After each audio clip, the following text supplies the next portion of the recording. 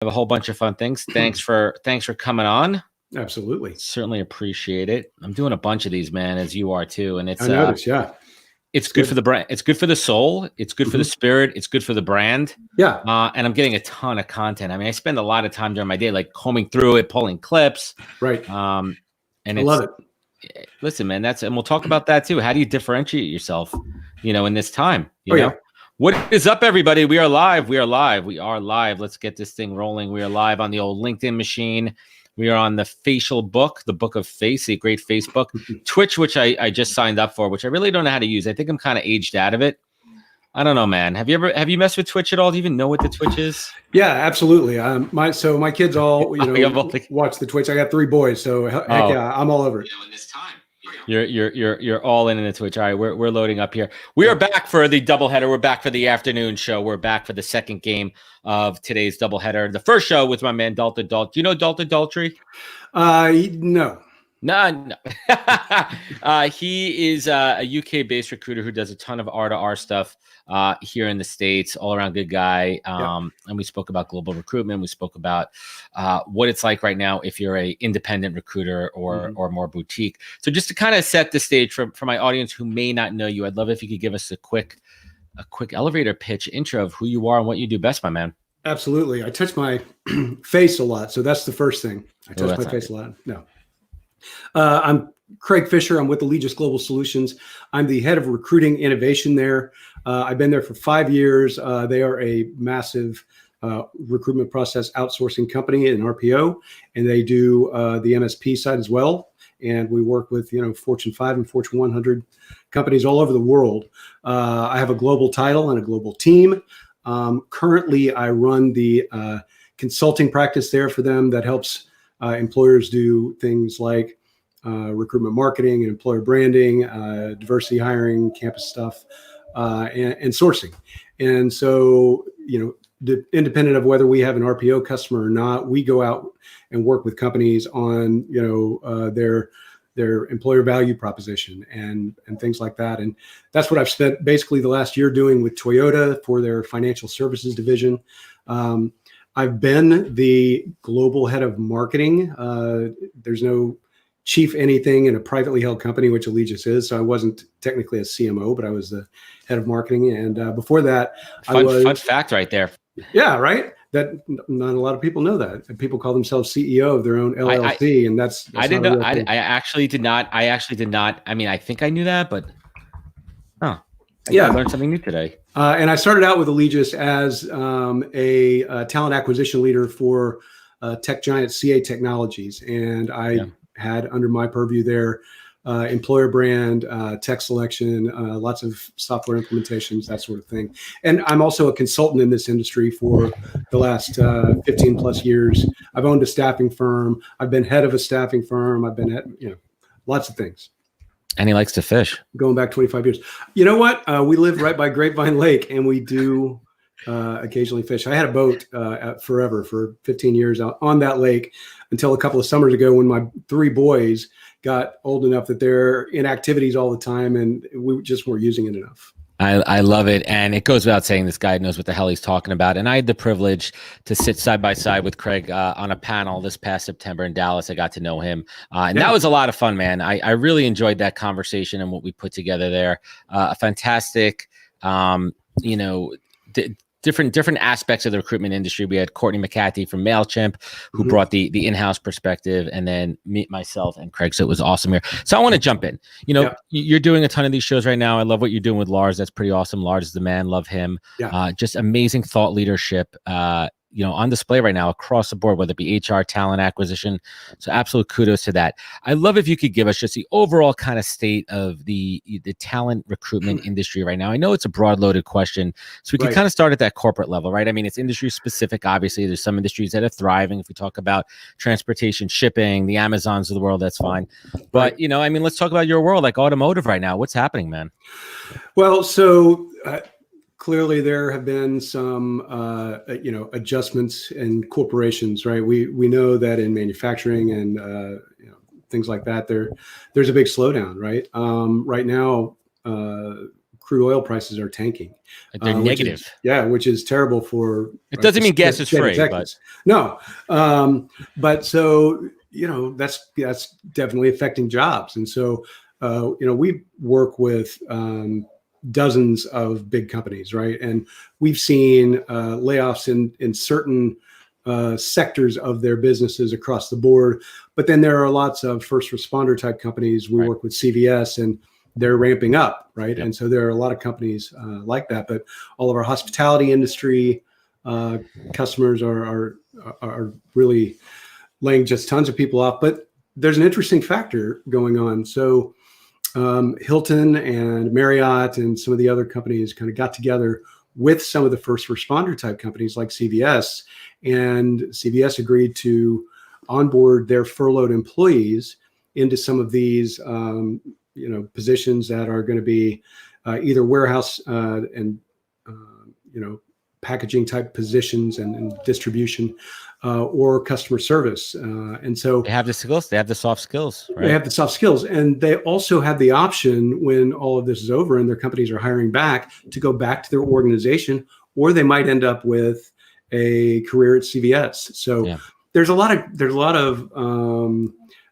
handshake deals going on here that are really interesting and are really going to change the way we work for the rest of forever. It's fascinating, right? It's fascinating. Well, two aspects. One, how it's accelerating innovation that was in place beforehand, right? Because of the need. And then the new innovation that's coming out. And we talk about talent and the way, everything from candidate experience to hiring to the interview process.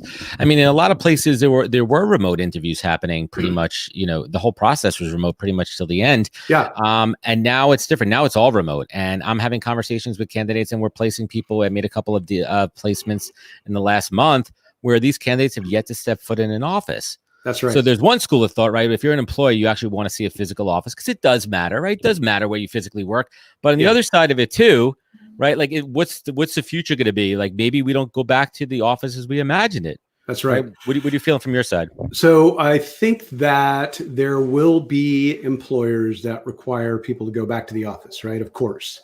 And there have been employers who required employees to be in the office, even when there's strong data that suggests remote workers are more productive. Correct. I think we'll see a blend to start off with. I feel like, unfortunately, in a year or two, we'll forget the lessons that we learned in large part. I think there'll be a lot of social pressure on employers initially.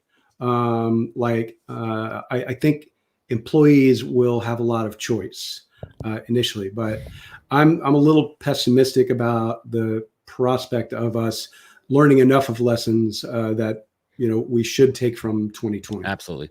So, there's a couple of things. We're talking industry agnostic here, right? Because there's obviously some industries where you need to be physically where you work, whether it be manufacturing, certain types of customer service, whatever it is. But if we want to get to the core of human experience in the workplace, it's collaboration, it's face-to-face, right? There's a value to that, right? There's an energy that you get from that. And just being stuck at home all day, yes, you could be productive, but I personally feel that like when you have the opportunity to be in an office, there's an energy and there's benefits that come with that.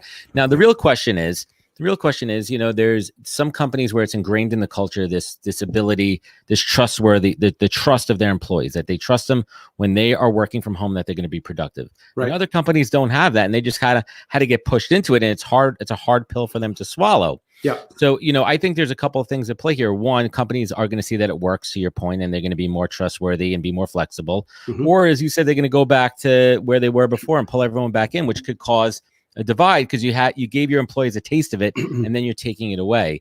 So it's uncharted. It's unprecedented. If you think about the way that we do meetings now, most of the time, very rarely do we actually all get in the same room to meet anyway. No. It does happen, right? There are companies with lots of meeting rooms, but even at that level, they're hard to even get sometimes because there are other meetings, right? So very often we're doing this virtually anyway with people who are just down the hall. Yeah. Right. And so just dialing in from their desk, you can just walk down the hall, Bob. Yeah.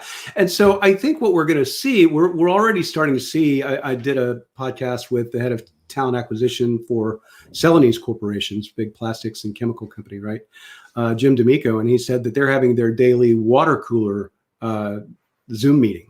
Yeah. And my team is doing this. It's a meeting that we have every morning. Stand and up. we talk no business. And we talk no virus. So it's all gut check. Yeah, all gut check. And so I think we're going to see but no virus talk. So you're just really checking on like mental health, how's everyone doing, but not talking about news or politics or any of that shit. Yeah, we have a fun topic every day. It's stuck on an island with one record or whatever, things like that, and it's actually pretty fun. We talk a lot about the team, but I think we're going to see these virtual hallways, basically, right? The good thing about meeting up with people at the office, bumping into them in the hall, is just to see, how they're doing, how to ask how their family is, that sort of thing. But there's a couple other factors at play too. And I was having this conversation earlier today. Some people, do not have a suitable home office setup. Correct. Some people are in a small bedroom and they can't, so that's not a real reality of them. And honestly, let's call it what it is. Some people are not productive at home. Some people are not disciplined. They cannot be focused. They have distractions, and it's not right for them. So you go back to what you said earlier. It's about the flexibility, and I think the flexibility is going to come into play because depending on what state you're in, and when things start to open up, it's going to be a mix of emotion and rationale for employees, right? For employers, right? The emotional element where they want to get people back, and then rational. Does this make sense? Is it logical, right? Can we physically do it? And we're going to see the physical office change, whether that be split shifts. Maybe team A comes in week 1, team 2, dedicated conference rooms. You're going to use this room from now on. This is your team's room. Right. That way they're really focusing on it. And then, obviously the hygiene and the cleaning and all that. But where it's going to get interesting, Craig, and we're kind of playing this out a little bit, there's going to be a choice for a while. How long does that choice last till you get back to where employers are going to say, hey, all right, we're good now. You got to get back in.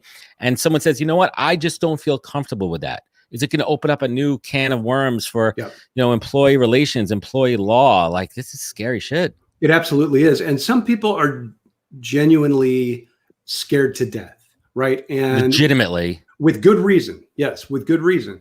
And then there are a lot of people out there that doesn't bother them at all, right? And I'm, have always been one of these people to say, it'll be fine, right? In general, I take things seriously, but I don't panic about anything. That's just the way I am. But my wife is the opposite. And so I have to be real conscious now of acknowledging her feelings as legitimate. And we're going to have to do the same thing with people in our offices, right? We're going to have to be really aware. And this is going to be an inclusion thing. I mean, that's where we get to with it's this. Tricky. It's a delicate balance here, and that's going to put a whole ton of pressure on HR. Yeah, and I think it's going to open up, the already growing state of mental health consultants out there. Really, people that are going to be on site that are almost like guidance counselors from high school. Talk about the coolest and best growing cottage industry right now. Yeah. I mean, that's a big deal. And unfortunately, I think we'll see employers nailing the screening and the cleaning and the space and things like that. Part. I think we'll see them nail that and say there's no valid reason not to come back here. And it's different too. I mean, if we're talking about New York City, that's not all employers, of course, right? Right, because if we're talking about New York City, right, the majority of people are taking public transportation, which is a huge risk factor, right? Huge. It's one thing when you're in the office where you can create a safe environment, but the sheer fact of getting to the office is challenging. So if we take New York City out of the equation, or any of the real major cities with public transportation as your core, method to get to work, it's a different story, and you're spot on there. Quick question from the audience here. Ray is asking, do you think some employers may become completely virtual 1 or 2 days a week to save on overhead? Absolutely. I think what we'll see is, yes, the stock market will bounce back. And in, let's say, 6 months, we'll probably be at an all-time high, right? But we'll see a couple of drops in the meantime between now and then, very likely. And companies aren't going to recoup every bit of their lost profit. And so they will see the cost savings from what we're experiencing right now. Absolutely. Yeah, no, it's completely unprecedented.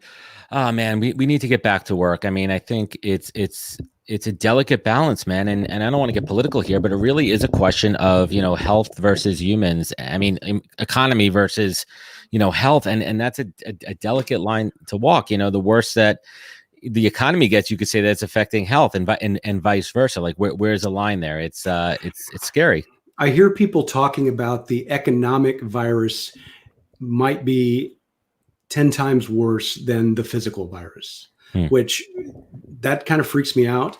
And the other thing is the physical virus is an invisible smoke monster, right? We can't see it or touch it. No idea. Which is one of the scariest things in the world, but we can actually see the stock market.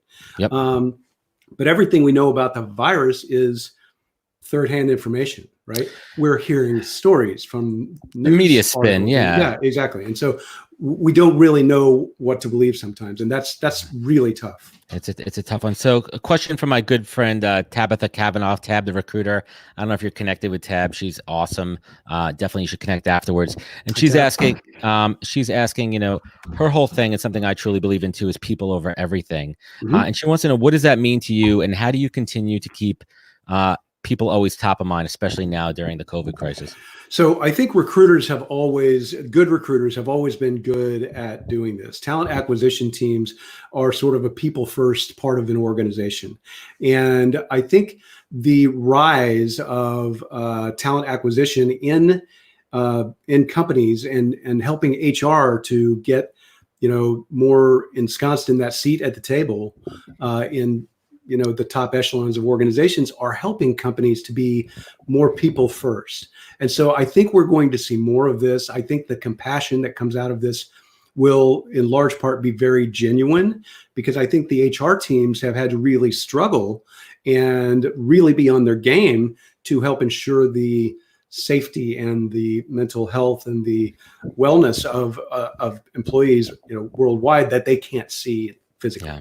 Yeah. It's a complete game changer. So I want to talk about recruiters as a profession. I mean, it's tough right now. Companies aren't hiring. Recruiters are the first to go. They don't need them. They absolutely don't need them. So there's a lot of good recruiters on the market. And my personal opinion is the good recruiters that are out there, and we're talking about in-house recruiters, hiring is going to open back up, and there's going to be a need. The floodgates are going to open back up, and they're going to get rehired. And it's a real time, for companies to kind of recalibrate the talent acquisition teams that they have. That's right. Right. To really think about it. What are you seeing on your end from the inside? So, I'm in a lot of Facebook groups that are charting the furloughs and the layoffs and offering resources of companies who are hiring. There are companies that are hiring. And so, working for an RPO, our whole job is to flex, right? When companies don't need to hire, right? So we contract with them. And so that leaves a lot of people sort of in the wake. Are there going to be layoffs? Likely at some point. Are we going to hire people back? I mean, I'm not speaking for Allegis on this. I'm just saying as an industry, for RPO, yes, absolutely. And so I think in the meantime, you have to be on your feet as a recruiter and, as a talent professional with what else can you do right now? Yeah. And there's a lot of things. I mean, if HR technology at all, helping companies, consulting them with tech selection is a big deal. Companies are moving forward. I mean, hiring is still happening. Absolutely. Just because unemployment is up doesn't mean that hiring is not happening. Right. And if you look at the breakdown there of who's unemployed right now, you're looking at travel, hospitality, retail, food and beverage. You have to look at what that makeup is. Right. There's a lot of other companies that are still hiring. So two things I want to talk about there. One, from a recruiter standpoint, is the ability to pivot. If you're a good recruiter and have those fundamentals, there are opportunities out there. You just got to learn the industry or skill set and pick it up quickly. That's right. That's one thing. Second thing that I keep preaching, especially from an independent agency recruiter standpoint, we'll call it that, is how could you be invaluable? That's a word I keep repeating to myself daily. Be invaluable. Be an asset to my clients. Change the dynamic and be a valued partner versus a vendor. In their eyes, you want to be a partner. You want to be someone who provides additional resources aside from recruiting. So to your point, is it ATS consultancy? Is it interview techniques? Is it being a project manager as far as moving folks that are currently in process there if they're not currently hiring? Helping the leaders with maybe thought leadership on LinkedIn or some other platform, helping them craft stories, employer branding, all these other things that you could add value. Because here's the deal, and you hit the nail on the head before. Companies are still hiring. So when those doors open up on whatever date that is, do you want to be the company that's stuck at the starting line, or you want to be that company that's already been interviewing and now you're rounding third base heading from home and you can get those candidates into those seats, the good ones? Right. Because there's so much top talent out there. That's right. I know projects are going to get canceled at organizations, But there's a lot of companies who have already budgeted money for things that have to happen this year. And those projects are going to go one way or another. Mm-hmm. And when they do, when they get released, and they're in the planning stages right now, I mean, the meetings are still happening. But when the projects are ready to go, the hiring is going to happen. And we are going to have to be in a position to jump all over that. So if you are a recruiter who has been furloughed or laid off, do something to make money, right? You're gonna get unemployment for sure. There are other things. You can start a small business and absolutely apply for the aid that's available. There are things you can do, and when you do, and I recommend this for everyone anyway, start your LLC now, because the next time you're laid off, because trust me, this is going to happen again. You got to be ready to go. You got to be ready to go. That's right. Yeah. And so you always have that job on your resume from, this date forever forward. So I always have TalentNet. I run the largest recruiting conference in Texas and the Southwest, and that's what I do my consulting through. And that's always my job, no matter what, right? And I'm constantly making sure that I keep that up. And that's a great segue into my next question. Let's talk about event marketing. It's so funny. I keep missing you in these Texas trips by like a day, but we'll get it back on there on the calendar. So let's talk about event marketing. That's a staple to your your LLC and your consulting practice. From what I hear, they're pretty awesome events. Some good food and drinks, right? Absolutely. That's a core about it too. So what have you done? I know you took a big hit here, but what have you done to keep your brand and event top of mind? And what are you planning out? Maybe are you holding off till 2021? What are your thoughts here? So we have 2 events every year. This year we were going to be at HomeAway's headquarters in Austin in March, and we clearly had to put that off. We put it off until June 5th. I doubt seriously we'll be going on June 5th. Well, that's good. At least you put a date out there. Yeah, we put a date out there, and it's all confirmed. So if it's possible to get together with masks and bug spray and whatever we need, maybe we end up doing that. The next month is going to be very telling. But if not, we'll do a virtual event. We'll do a live event later in the year there. We'll go down there and we'll do a happy hour in the meantime for all the people that registered. I mean, things will happen. But our Dallas event was very well placed already. So we're at Toyota in Dallas on November 20th. And everyone who has already registered for the Austin event will get a free special private live screening of that event, as well as anything we do in Austin. So we're going to make up for the lost time, and we're going to have a lot to talk about for sure. Yeah, I mean, there's so many new topics too. I mean, listen, year after year, I mean, you're doing the programming for these events, and you're talking typically about the evolution of technology and recruiting and trends and everything. Now it's talking about how companies have handled it, and there's going to be so many case studies. There's going to be the good, the bad, the ugly. There's going to be, this is the new way, right? Like, this is the new way we're doing this moving forward, and it's an evolution.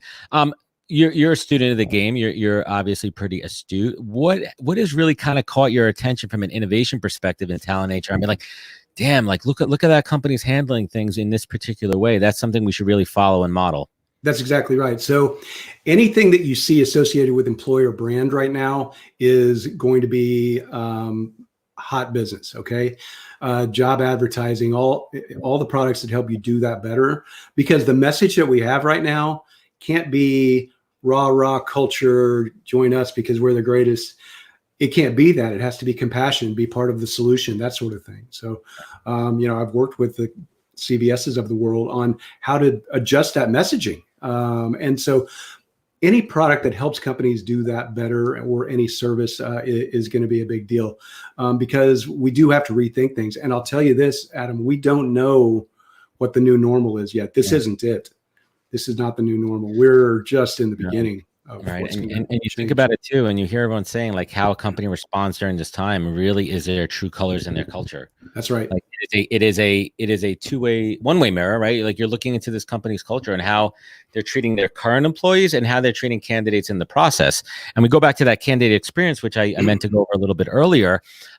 My mantra is always, even before this, is over communicate and be as transparent as possible with candidates. And now more than ever, let candidates know where they stand in the process, and let they know where the company stands in the process, and just lay it out for them. And it's also okay if you tell them, I just don't know yet. We just don't know. That's right. As long as you tell them that, that's the secret. That's not the secret. Well, and as tough as it is possible to get by for a while, right? Without that job. If you're an individual who's currently unemployed, there are options to you, and you have to take advantage of all of them. But don't get in the habit of applying for so many jobs that you can't keep track, because it's a two-way street. The employer has to have good communication with you, and you have to be very responsive to those employers when they do respond to you. Yeah, I mean, I don't want to go too off on that too, but I talk about it all the time. And now more than ever, if you're a candidate applying, you need to be hyper relevant to the job you're applying for. That's right. This is much different than it was 6 weeks ago when it was a candidate market where candidates could have the pick of the litter. We, as recruiters, have the pick of the litter. I'm just being straight up with everybody right now. There is some A-list talent. It's almost like a free agency draft, right? If we're doing a sports analogy, there are some out there that unfortunately their current companies couldn't keep them. That's right. And here's what I just urge, and speaking on behalf of some of my clients, now is a great time if you're a recruiter to not poach people away from their current jobs. There's a lot of good people out there. That's right. Like start there. Let's start with the people that are out of work. And I think as an industry, if we could do that right now, it'd be pretty awesome.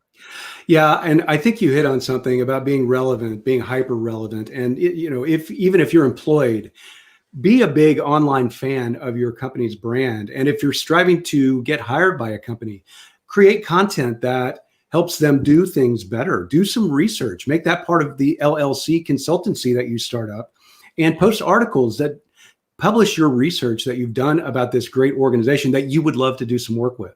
And that's a great skill and a great tactic for any consultant in the world anyway. And that's what you are when you're unemployed. If you've started your LLC, you're a consultant, and consultants sometimes don't have a gig going on, but you're still a consultant. And that's where you should be all the time, in the back of your head, no matter what. You're consulting to your employer and you're consulting to other customers. Yes, absolutely. It's your brand, right? You have to be mindful of that. So let's bring it home here, Craig, and a couple of questions that, I'm asking, everybody here. I'd love if you could give me a professional silver lining and a personal silver lining that you've been experiencing yourself over the last couple of weeks. Yeah. So professional silver lining, we've got these daily meetings with my teams that we weren't doing before. And we did have daily agile stand-ups. And I think we've already proven that we can be agile remotely. You don't have to be together to do that.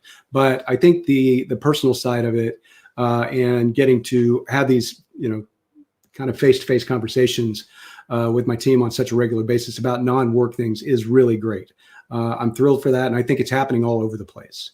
And then personally, my wife is, she's paranoid. She's a hypochondriac. She really gets careful and aware about things like this.